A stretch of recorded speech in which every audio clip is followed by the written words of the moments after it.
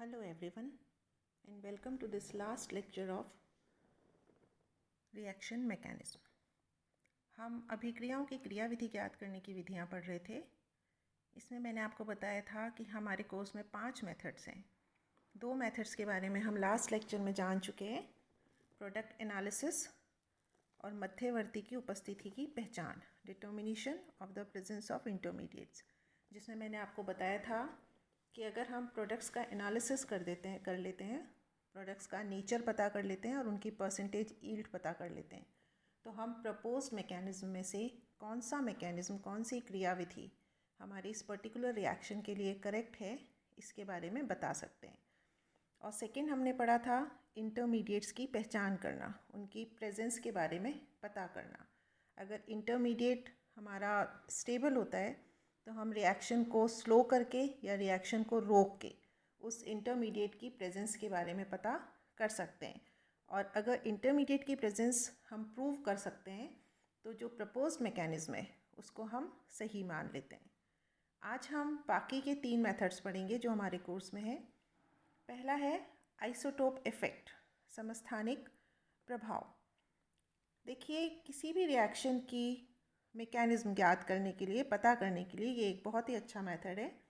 इसमें हम आइसोटोप की इस इफ़ेक्ट को, इस इफ़ेक्ट के बारे में पता करते हैं कि जब एक ही एलिमेंट के अलग अलग जो आइसोटोप होते हैं उनको हम यूज़ करते हैं रिएक्शन में। जो अलग अलग आइसोटोप होते हैं, आइसोटोप्स के बारे में आपको पता है कि किसी एलिमेंट के लिए अगर नंबर ऑफ़ न्यूट्रॉन्स डिफरेंट हो, मतलब मास नंबर डिफरेंट हो, तो हम उनको आइसोटोप्स कहते हैं। जैसे कार्बन के लिए C12, C13, C14 ये उसके समस्थानिक हैं, आइसोटोप्स हैं। इन सभी में नंबर ऑफ़ प्रोटॉन्स सेम है, that is 6। Number of neutrons different है, तो आइसोटोप्स के एटॉमिक नंबर सेम होते हैं, उसका एटॉमिक मास अलग अलग होता है। तो ये एक फैक्ट है कि जब एक ही एलिमेंट के अलग अलग जो आइसोटोप्स होते हैं उनका केमिकल बिहेवियर बिल्कुल एक जैसा होता है, मतलब केमिकल रिएक्शंस में उनका जो बिहेवियर है, वो किस तरह से रिएक्शन करेंगे, वो बिल्कुल सेम होता है।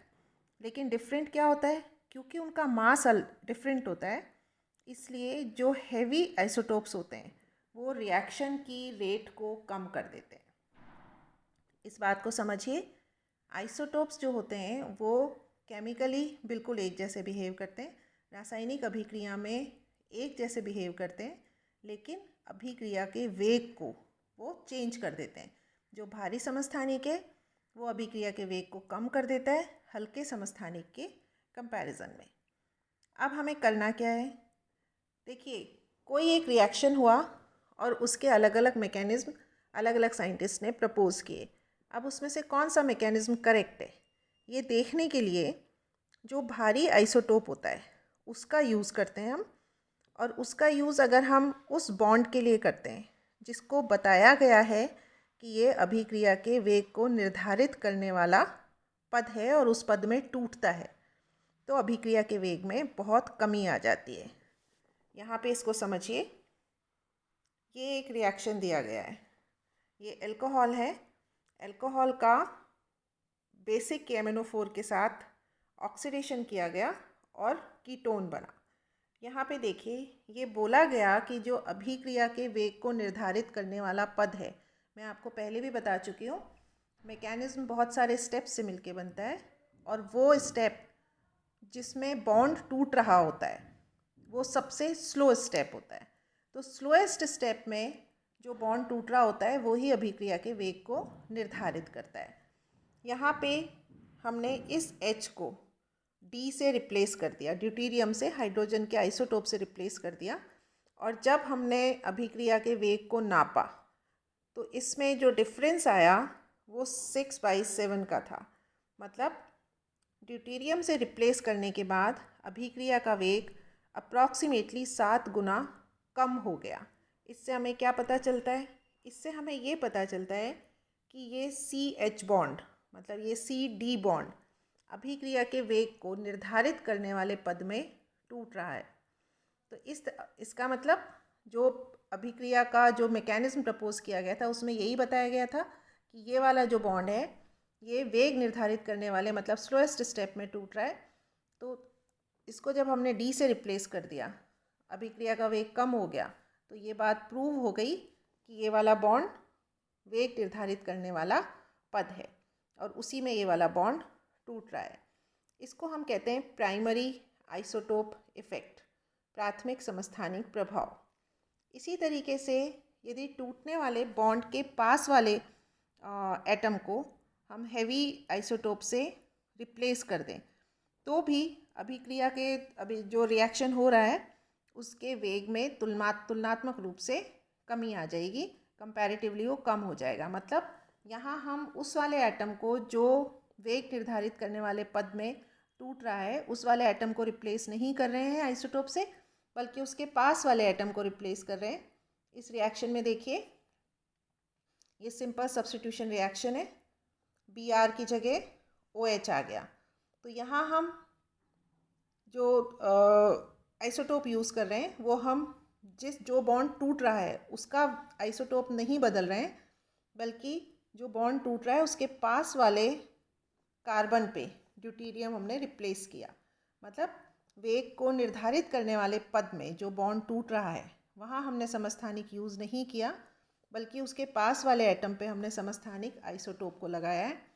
तो यहाँ भी अभिक्रिया के वेग में, रेट ऑफ रिएक्शन में कमी आ जाती है, पर कंपैरेटिवली जो प्राइमरी आइसोटोप इफेक्ट था उससे ये कमी कम होती है। यहाँ देखिए KH और KD रेट ऑफ रिएक्शन जब हाइड्रोजन था और रेट ऑफ रिएक्शन जब हमने ड्यूटेरियम से उसको रिप्लेस कर दिया था वो 1.1 इन दोनों के बीच में रेशो आता है। मतलब इतना ही अभिक्रिया का वेग कम होता है। जबकि प्राइमरी आइसोटोप इफेक्ट में जिसमें हमने वही बॉन्ड रिप्लेस किया था जो रेट ऑफ रिएक्शन को निर्धारित करने वाले पद में टूट रहा था, तब ये अप्रॉक्सीमेटली 7 गुना इसके अंदर कमी आ गई थी।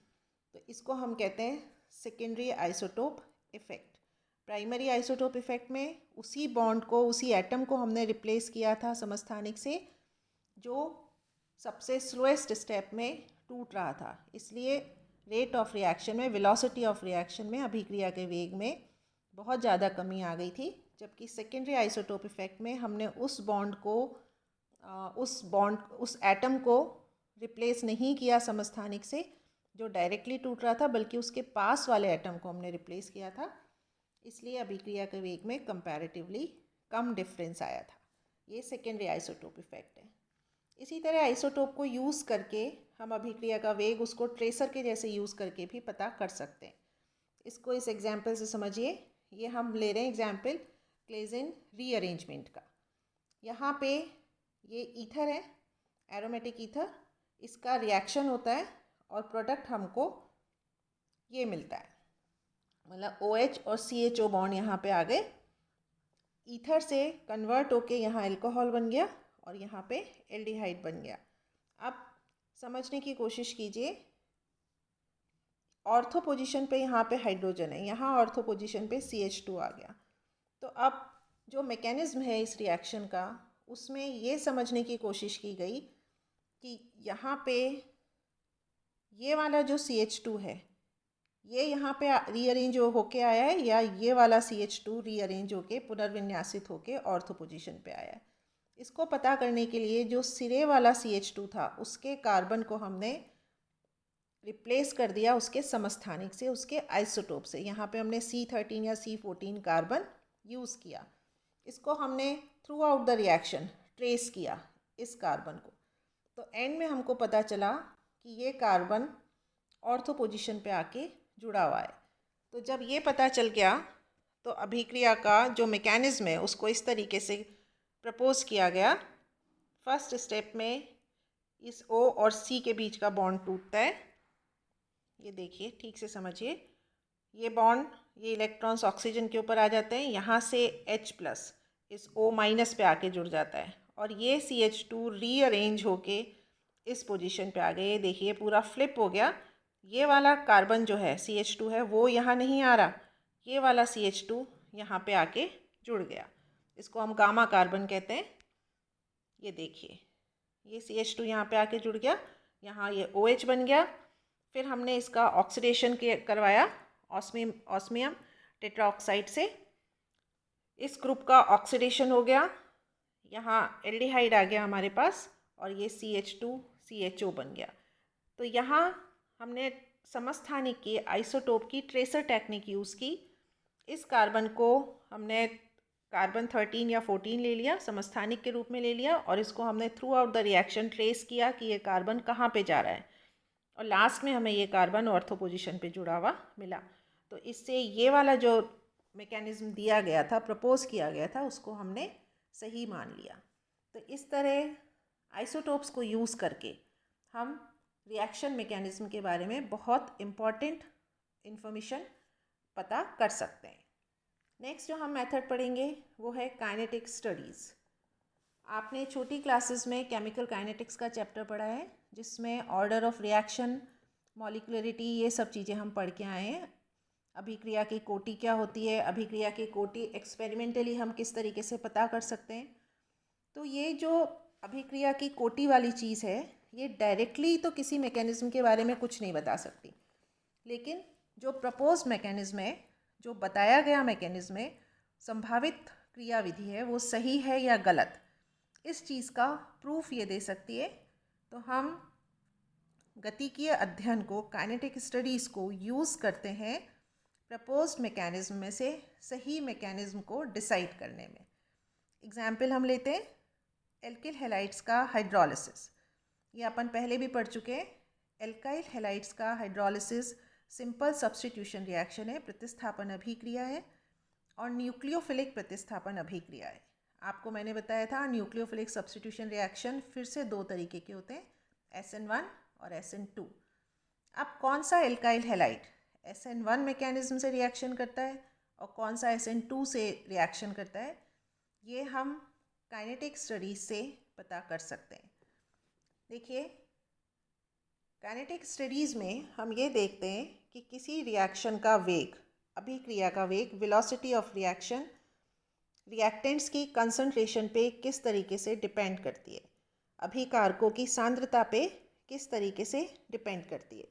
अगर किसी रिएक्शन का रेट दोनों रिएक्टेंट्स की कंसंट्रेशन पे डिपेंड करता है, दोनों रिएक्टेंट्स कौन से थे, एक तो एल्काइल हैलाइड था और दूसरा जो न्यूक्लियोफाइल उसके ऊपर आके अटैक करने वाला था, जो इस Br को रिप्लेस करेगा।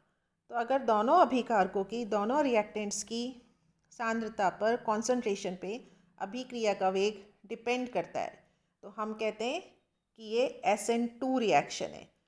SN2 रिएक्शन में जब हमने पढ़ा था डिटेल में, तब मैंने आपको बताया था कि SN2 एक स्टेप में होने वाला रिएक्शन है। इसमें एक ट्रांजिशन स्टेट बनती है और जिस डायरेक्शन से ये Br बाहर निकलेगा उसके अपोजिट डायरेक्शन में OH आके जुड़ेगा, एंटर करेगा। तो हमने देखा कि जो मिथाइल ब्रोमाइड है उसकी अभिक्रिया का वेग, वेलोसिटी ऑफ रिएक्शन, ये मिथाइल ब्रोमाइड और OH माइनस दोनों की कॉन्सेंट्रेशन पे डिपेंड करता है।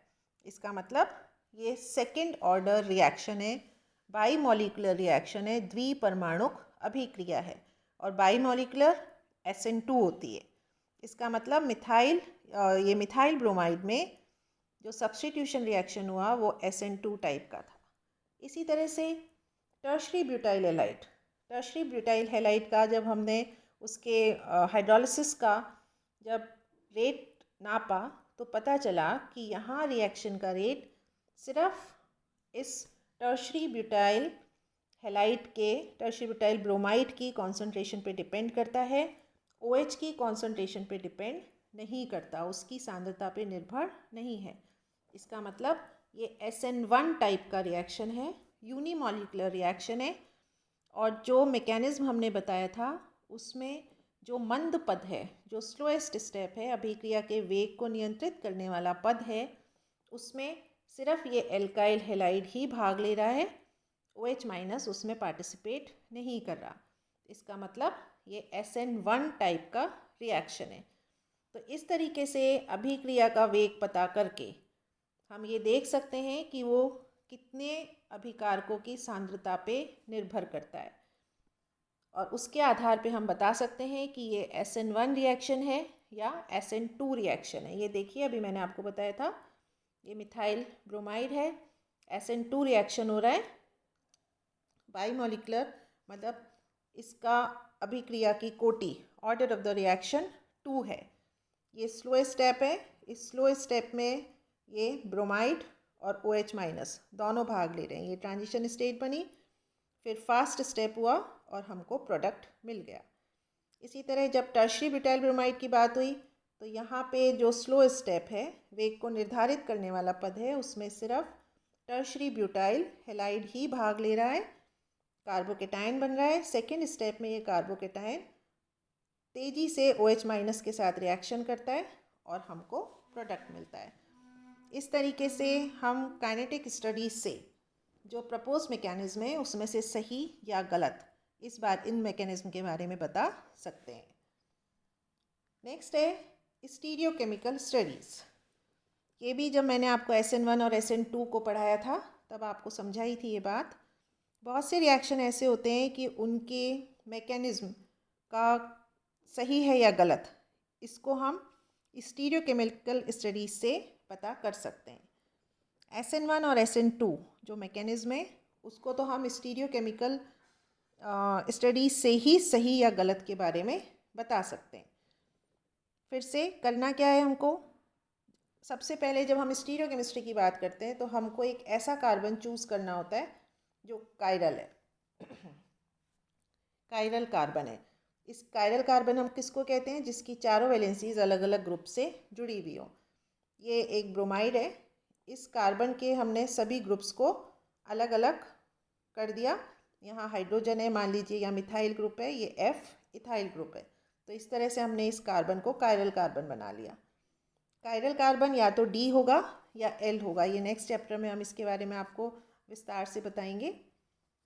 जब मिथाइल हैलाइड का हमने स्टीरियोकेमिकली अध्ययन किया, उसको पहले कायरल कर लिया, फिर उसका हाइड्रोलिसिस कराया और प्रोडक्ट को हमने देखा।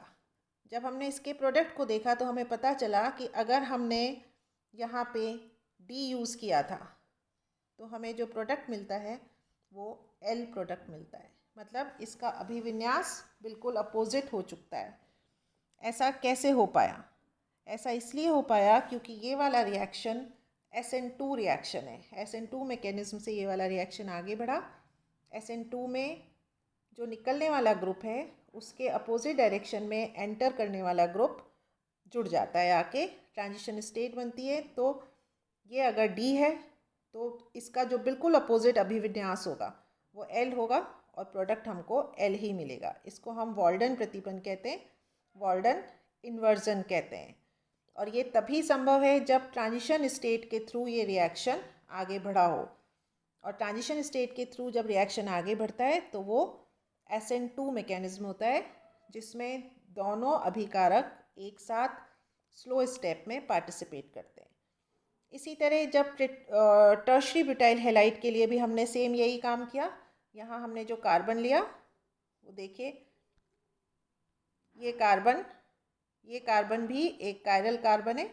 इस कार्बन से जुड़े हुए सभी ग्रुप्स अलग अलग हैं। यहाँ CH3, यहाँ हमने एक H को ड्यूटीरियम से रिप्लेस कर दिया, ये दोनों अलग ग्रुप हो गए। यहाँ CH2 OH ग्रुप जुड़ा हुआ है।